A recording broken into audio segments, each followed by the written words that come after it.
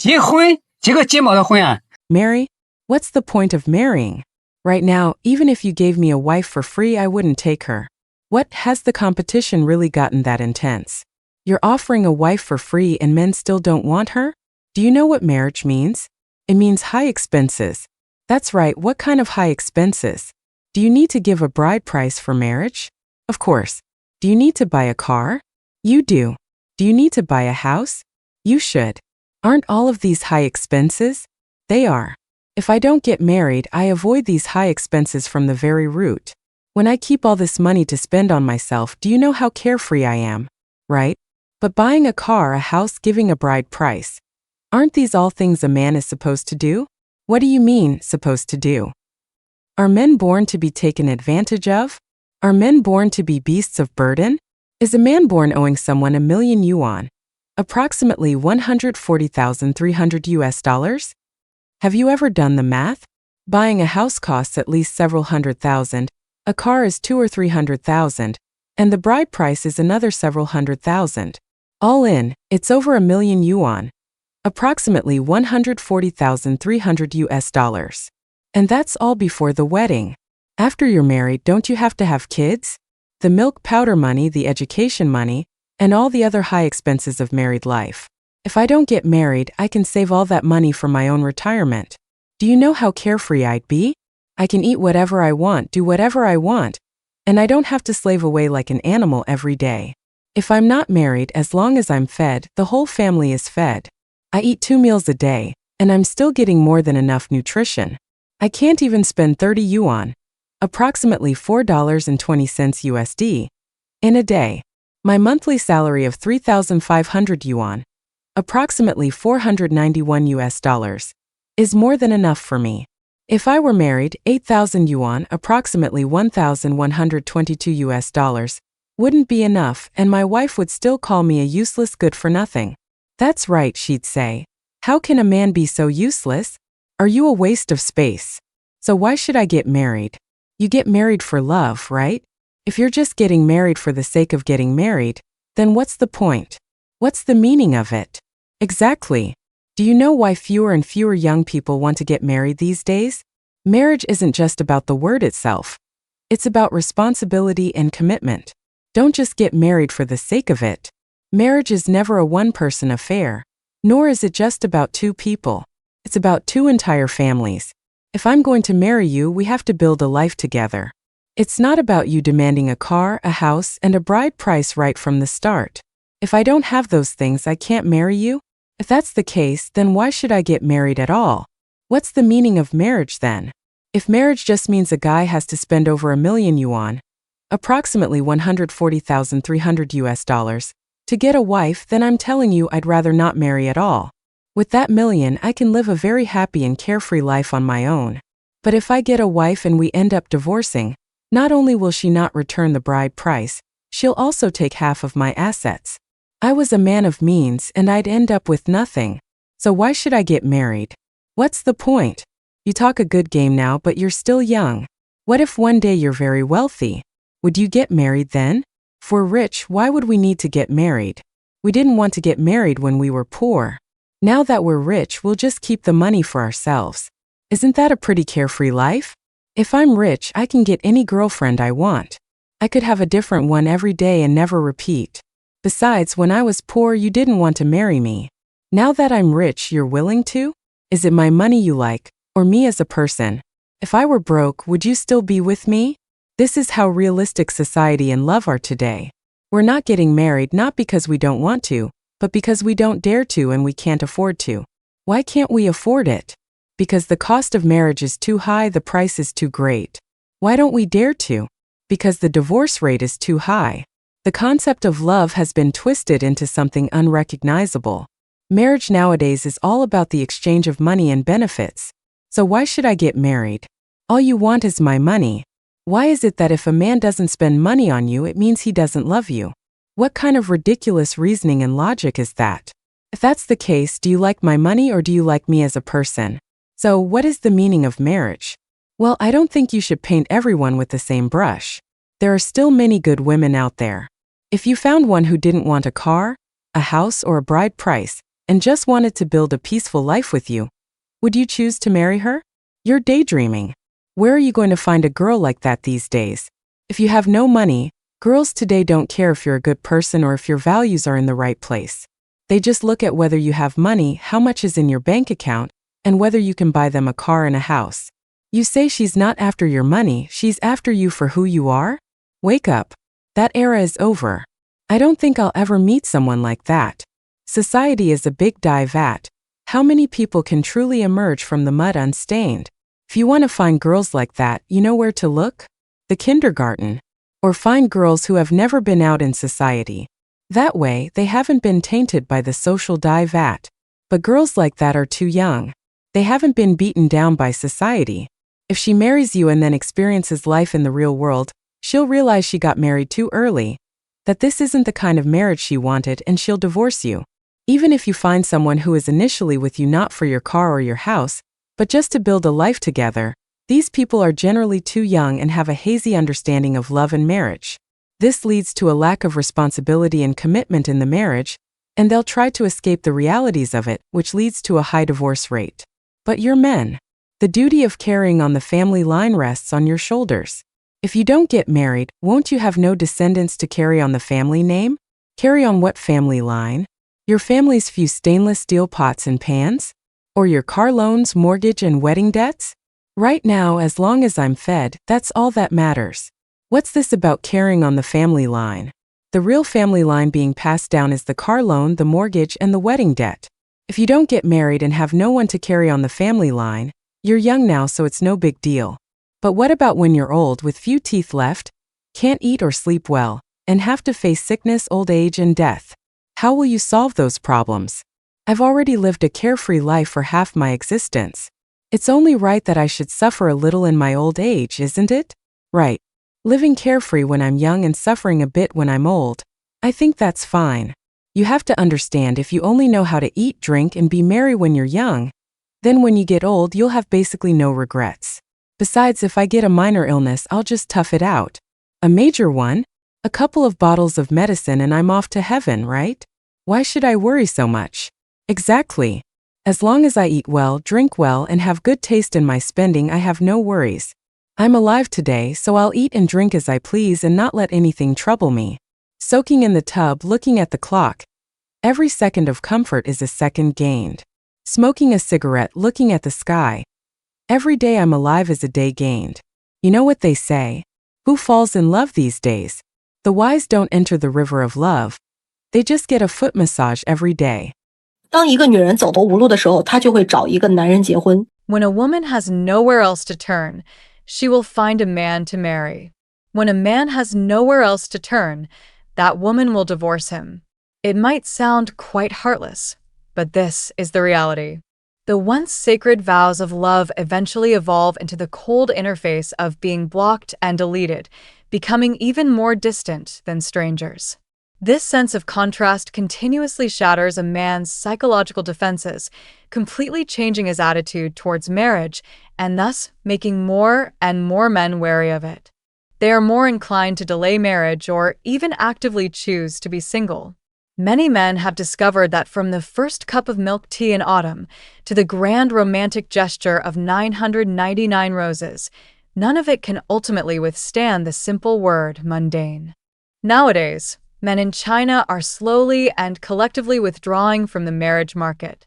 According to the latest data from the Ministry of Civil Affairs, the number of marriages nationwide plummeted to 6.1 million last year, a 40-year low. Even on matchmaking platforms, the proportion of female users is as high as 80%. It's basically dozens of women revolving around a few men. Single men have now become a scarce resource. After years of developments in marriage and the evolution of the economy and society, men seem to have collectively awakened. They are no longer willing to carry the burden of marriage, and even less willing to be with a woman who has been brainwashed by the scythe of capitalism, only to be taken advantage of. Men have seen through the essence of marriage, because the sincerity and money they invest are not guaranteed to yield a return, and may even become sunk costs. A male friend of mine told me that if it weren't for physiological needs, he would rather hang out with other men. But what saddens me the most is that women today still haven't seen the light. You're still learning dating tricks, how to manipulate men, how to package yourself, how to build a persona, and how much to demand for a bride price. Every time I say these things, my fellow women scold me. As a woman myself, I really want to urge you to wake up. If you don't change, if you don't spend time improving your own abilities, do you really think you can win this game? 我跟你讲个麦啊。好。 Let's just have a simple chat. Where is the young lady from? Anhui. Which part? Huaibei. How old is she? Born in 95. What do you do in Hangzhou? I'm a programmer. A female programmer? Yes. Do you feel your job is stressful? It's okay. We usually have 2 days off on weekends, and on weekdays, we get off work around 7 or 8 in the evening. That's not too bad, not too much overtime. It's fine. What about the salary? The salary, an annual income of 500,000 yuan, approximately 70,150 US dollars. That high? Yes. So, when you're looking for a partner, do you require the man to be more successful than you? No. Then what do you think is an acceptable income for a man? Above 400,000 yuan, approximately 56,120 US dollars. Ha ha ha, above 400,000. But it's not that important either because I feel that's just one aspect. I think it's more important that we can talk and get along well. Right. So, are you looking for a man who already owns a house, or are you willing to buy one together with him? Either is fine. Because sometimes, owning a house doesn't necessarily represent his capability. Sometimes it's because he doesn't want to buy one, or he's not sure if he wants to settle down yet. So you value his capability more than his financial foundation? It's good to have some financial foundation. So you see, what women say can be two-sided and can be overturned. So what are your thoughts? It's that I have to like the person, but there should also be some financial foundation, right? You can't just agree because he's a good person but has no financial stability, right? Yes. What about your family situation? How many siblings do you have? 2 children in the family. My younger brother is already married. My parents are retired teachers. Your brother is already married? Yes, the elder sister's issue needs to be resolved. Oh, otherwise, the pressure must be immense. Yes, whenever you go back for holidays, that must be the main topic of conversation. No, it's fine. My parents think it's more important for me to be happy. They hope I find someone suitable. What about your age requirement for a partner? A few years older or younger. Within 5 years, older or younger is fine. Within 5 years is okay? Yes. So older is fine and younger is also okay? Yes. Okay, that's really great. What about your own education level? Master's or bachelor's? Both my bachelor's and master's are from 985 universities, top-tier universities in China. Oh my goodness. Then you're a talented woman. It's okay.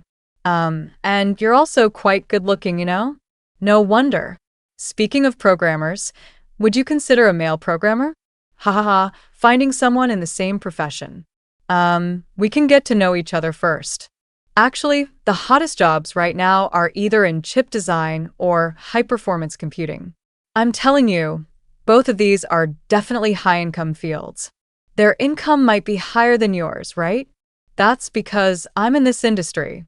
No wonder. What about your hobbies? Hobbies? I like to dance and I can also cook. You can cook too. Yes. Do you like to read or do other things?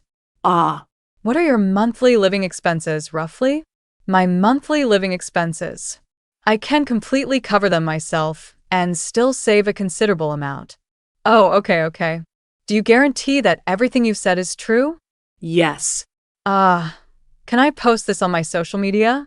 What's your social media channel? Hangzhou Tongo. Okay. Okay. All right, then I wish you find your match soon. Okay, thank you. 石家庄相亲市场中一个残酷的现实。 A cruel reality in the matchmaking market is that the success rate for single, unmarried women over the age of 38 is almost zero. Why is this said? Are their standards too high? Or are they too picky?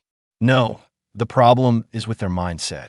For example, a woman born in '85 who has never been married came to me yesterday to find a partner. She has a master's degree, an annual salary of 300,000 yuan, approximately 42,000 US dollars, and owns a car and a house outright, fully paid off. She believes that these qualifications are her bonus points in the matchmaking market, that this is her advantage. She wants to find a man whose qualifications are even better than hers, and he can't be too old. However, any man of a similar age who meets her requirements would prefer to find a younger woman, and she is certainly unwilling to consider men with lesser qualifications. So, wouldn't you say they've entered a vicious cycle? There are now many matchmaking agencies that no longer serve women over the age of 38. When it comes to women looking for a partner, firstly, age really is our advantage. Secondly, for women, it's not the case that the better your own qualifications are, the easier it is to find a partner. Everyone, think about whether this makes sense. 我真的好想过年之前找到对象啊。 I really want to find a partner before the Lunar New Year. I'm already 37 years old, and if I want to have a truly complete family, I probably need to get married and have children before I turn 38. Otherwise, if you say that when you're older, it's meaningless to find a partner then. Oh, I feel like I'm going to end up alone. Right now, my parents are still alive and healthy, so I can discuss things with them if anything comes up. But what about in the future when I'm old and all by myself? But finding a partner is just so hard, especially at my age. Sai, I've already thought it through. I don't need a house, a car, or a dowry, as long as he likes me and treats me well. That's enough. But even that is very difficult. It's an age where no one is interested. What should I do? 太可怕了！你知道为什么有些女生都要高价彩礼吗？ It's terrifying.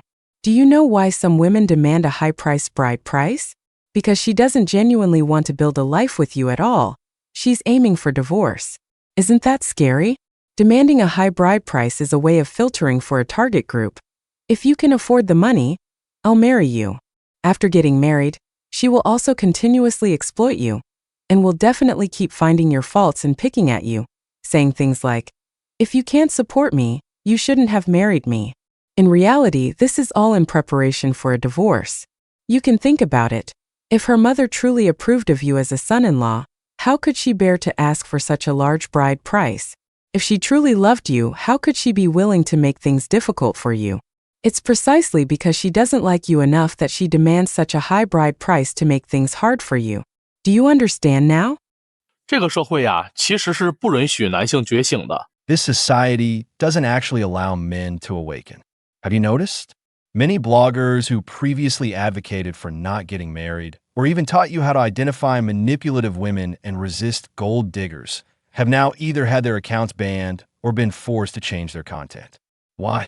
Because in essence, these people were just teaching men to awaken. But why are they no longer allowed to create this kind of content? Because of fear. Someone is afraid of men becoming self-centered, prioritizing their own needs and their own emotions. A couple of years ago, when e-commerce platforms were booming, wasn't there a common saying that a man's spending power is worse than a dog's? Wasn't there a ranking of spending power at the time? First place was women, second was children, third was the elderly, fourth was pets, and last was men. But if we look closely at this list, who supports the consumption of those in the first to fourth places? Isn't it supported by the man in last place, the one who's worse than a dog? But even though you contribute so much, your status is still lower than a dog's. Now think about it. If all men put their own needs first and spent the money they earn only on themselves, what would those in the first to fourth places on the list spend their money on without the support of the one in last place? That's why they don't want men to awaken. They don't want men to put themselves first. Aren't many men around us like this? They won't even buy themselves a new pair of underwear all year round. But if their wife says she wants to buy a bag, buy it. If their child says they want a toy, buy it. Without the financial support of men, how can these companies entice women and children to spend, right? Actually, Chinese men are at a great disadvantage in some respects. They clearly have a good income and substantial savings, But whenever they face a woman, they always feel inferior. In reality, the other person might just be donkey dung, shiny on the outside. In reality, she might have nothing with poor family conditions and background, and could even be a burden. But even so, when facing men, they remain arrogant. Some men can earn several $100,000 to $1,000,000 a year, approximately $70,000 to $140,000, but they still have to beg and coax women whose circumstances are far inferior to their own. In truth, if men spent money on themselves, tidied up their appearance, and cultivated their own hobbies, if they spent money on themselves, I'm telling you, a lot of women would be stunned. Because many women, without the support of these foolish men, would not be qualified to live so comfortably. Don't accept their PUA, psychological manipulation, and don't listen to their bragging. If they have demands of you, you should have demands of them too. Don't make yourself so cheap, running over eagerly just because they smiled at you. Don't they often have a saying, "You can deceive my feelings, but you can't deceive my money"? Look how clear-headed they are. Many men are very shrewd when navigating the complexities of society, but the moment they meet a woman, they become like idiots. Guard your wallet and ignore everything else. 现在就这样掉下来的老婆送给我，我也不会要的。 Even if a wife fell from the sky and offered herself to me right now, I wouldn't want her. It's not that I don't want to buy a house, get married, and have children. It's that I simply can't afford to.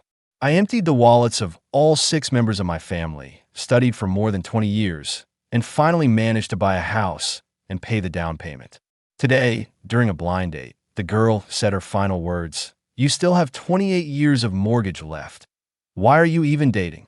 I thought she was too realistic, but I don't blame her. After all, everyone wants to find someone who can make their life better. She wasn't wrong.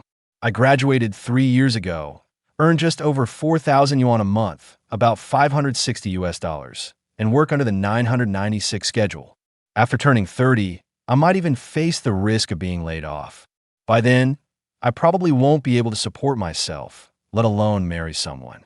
Of course, some people might say I'm just incompetent, but in today's society, without connections, background, or family influence, the chance of turning the tide is almost zero.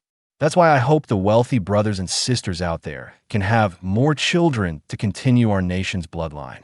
As for me, I may as well lie flat, and perhaps my family line will end with me. But I don't feel sad because I've cut off the root of poverty from its source. From now on, there will be no more poor people in my family. I feel I've done right by my ancestors, and my life has reached its peak. 为什么现在大多数离婚都是 Why is it that most divorces nowadays are initiated by the woman? Because divorce can make her rich overnight. Divorcing once allows her to split the family assets once, and then finding another person to marry allows her to demand another sum of money. This kind of business, which only profits and never loses, is risk-free and all profit. When she has nothing better to do, wouldn't she propose a divorce? In the eyes of women today, no matter how many times they've been married, there will always be someone to take them in. They believe that regardless of whether they are short, fat, ugly, or plain, as long as they are a woman, they can get married. It is this mentality that has fueled the arrogance of women today. In an era where a woman can get rich just by offering her body, divorcing and remarrying can both make her wealthy overnight. This kind of zero-cost transaction can both maximize her emotional gratification and fatten her wallet. Just think about it. Why wouldn't she do it? If the relevant marriage law were changed so that whoever initiates the divorce leaves with nothing, see if she would still dare to propose divorce so casually. To put it bluntly, it is because men have elevated the status of feminism too high that it has fueled the current situation where the divorce rate only increases and never decreases. This validates the ending of the farmer and the viper fable. How despicable. Ha. And before we continue, let us know in the comments where you're watching this video from. Connecting with viewers from all around the world is a huge inspiration for us. Thank you so much.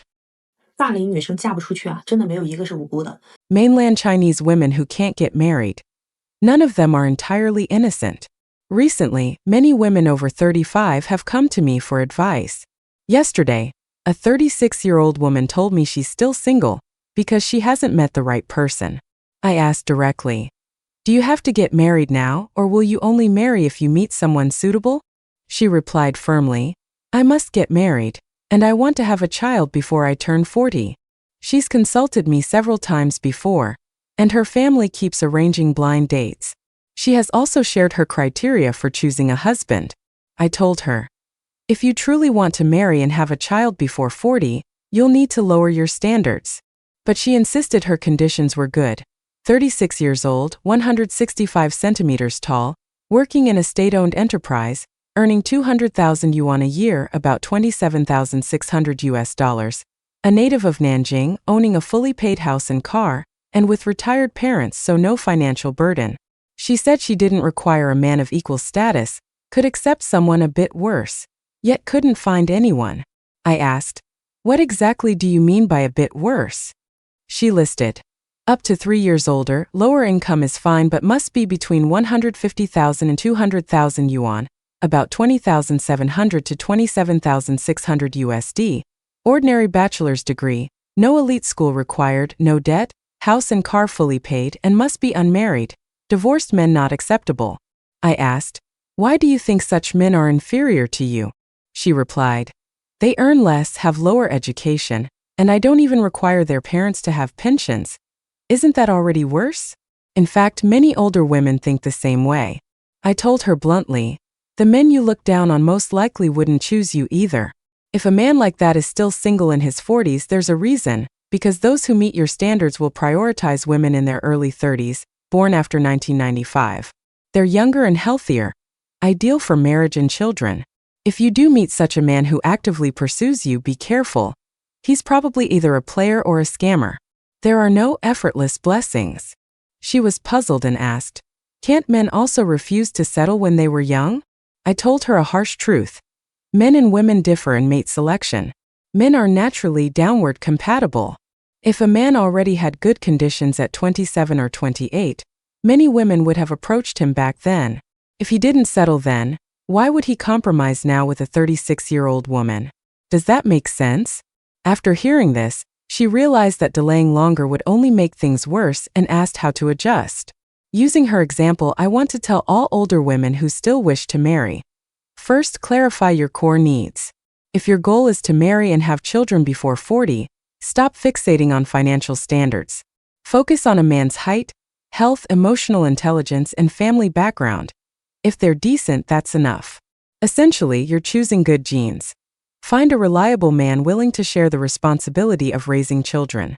If you really can't lower your economic expectations and still want to maintain your current lifestyle and give your child a strong material foundation, then be open to men with previous marriages, especially those who are financially secure and have a daughter. They often wish to have another child and will prefer unmarried women. Younger women in their 20s or early 30s are less willing to become stepmothers, so if you're unmarried, financially independent, and open to children, that's your advantage. But don't waste time on divorced men without children. They remain top targets for unmarried women under 35, and you simply can't compete in age or fertility. If after all this you still refuse to compromise and cling to your original standards, then I advise you to start preparing for old age. Save more money, plan early, and choose your retirement path wisely. Don't end up with no marriage, no child, and no retirement plan. That would truly be troublesome. 今天呢，继续跟大家分享我的相亲。 Today, I'll continue to share my weird blind date stories. The one I'm talking about today is the guy who got handsy on the first date. We were introduced by a friend. He saw my photo and said he was interested. So, we added each other as contacts, and his very first message was, "I might be your future boyfriend." I wanted to say, "Bro, you're coming on way too strong. Who starts a conversation like that?" Honestly, I was a bit creeped out right then and didn't really want to continue. But since it was a friend's introduction, they always say to chat a bit more. Maybe he's just not good at conversation or something. I thought, okay, fine, I'll chat a bit more. In reality, many of his messages during our later conversations were very greasy and just not my style. I just felt uncomfortable. He asked to meet up. I thought, all right, let's just meet and see. If I really couldn't stand him, then we just wouldn't continue. After a simple meal, we went for a walk by the seaside. In my mind, I was thinking that no matter what, I should at least make the evening pleasant, leave a good impression, and not make things awkward for our mutual friend. Then, while we were walking by the sea, just standing there and chatting, he tried to get handsy and hold my hand. I immediately slapped his hand away and said, "What are you doing?" He just awkwardly shook his hand and said, "Okay, fine," and that was it. When I got home, he even asked me, "What do you think of me? Do you have feelings for me?" I told him, "I don't have any feelings for you. I only mentioned the points that matter most to me." I didn't bring up his other flaws. I know I have flaws too, but when I'm looking for someone, I definitely need to find a person I'm comfortable with and whom I like. Their family background doesn't have to be that great. A normal family is fine. My family is also normal, so if the other person's is too, that's okay. And they should have a regular job, right? We need to get along in conversation, be compatible, have good character, and have upright values. Other than that, I don't have any major requirements. The most important thing is that I have to like him. 我是91年的，35虚岁了。 I was born in 1991, I'm 35 years old, have a bachelor's degree, and I'm a female white-collar worker at a foreign enterprise in Shanghai. I'm not sure if I count as a high-quality leftover woman, in the traditional sense. The so-called high-quality leftover woman is worthless in the face of reproductive value truly. Before 40, one can still have children relatively easily, so I want to get married before I turn 40. Right now, I want to find someone who doesn't smoke, doesn't drink, isn't abusive, doesn't cheat, and isn't overly scheming.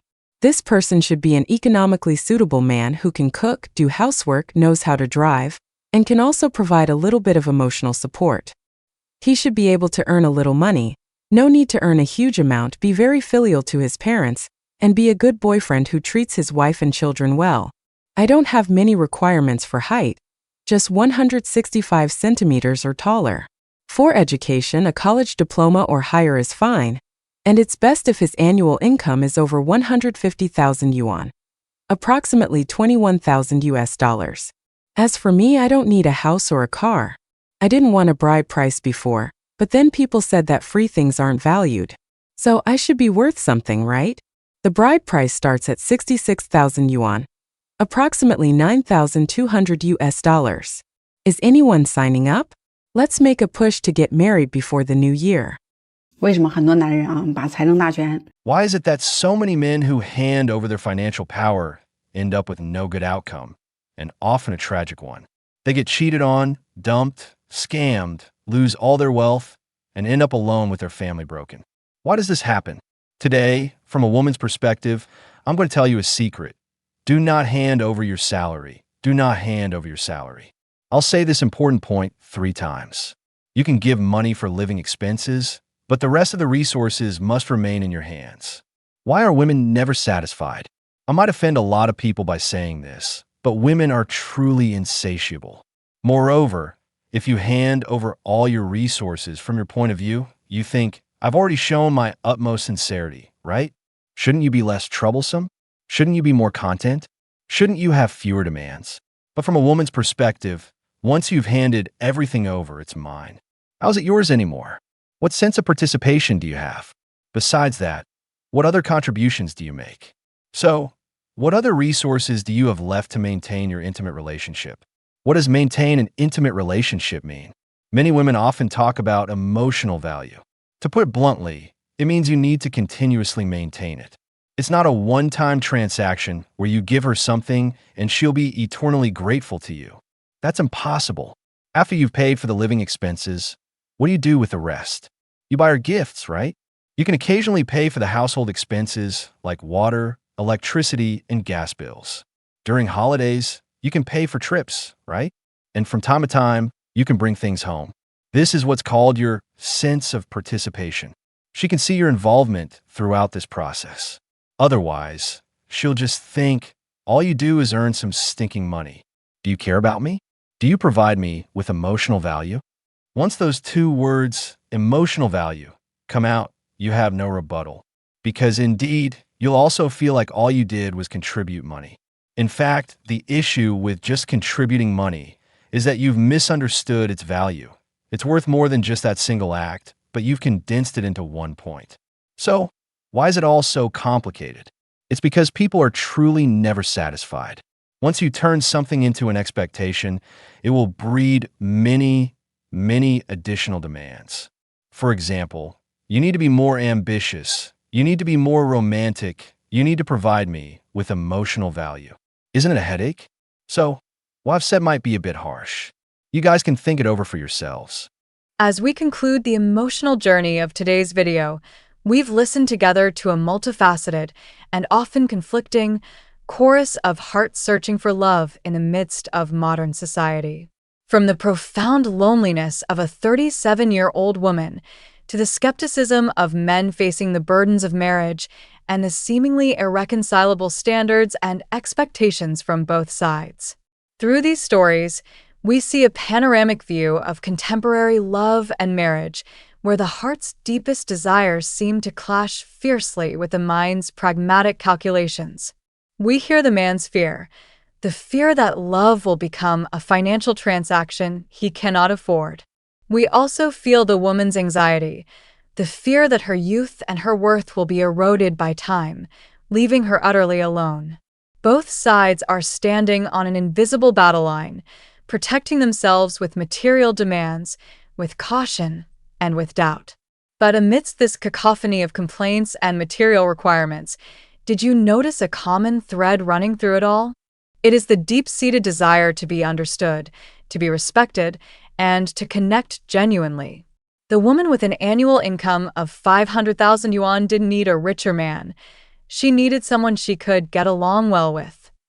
The woman who was put off by the cheesy guy wasn't bothered by his financial status. She needed someone who made her feel comfortable. Perhaps the greatest lesson here is not about who is right or wrong, or whose standards are more reasonable. The lesson lies in recognizing that behind every salary figure, every requirement for a house or a car, there is a human being searching for security and a peaceful harbor. Instead of viewing each other as adversaries in a negotiation, perhaps we should learn to look deeper into the other person's fears and have the courage to share our own vulnerabilities. True love is not a contract with clear-cut clauses. It is a partnership built on the journey of creating a home together, a place where both individuals feel valued and safe. Thank you for listening and joining Chinese Emotion on this journey. What are your thoughts on this topic? Please leave a comment below. Don't forget to like and subscribe so you won't miss our next emotional story.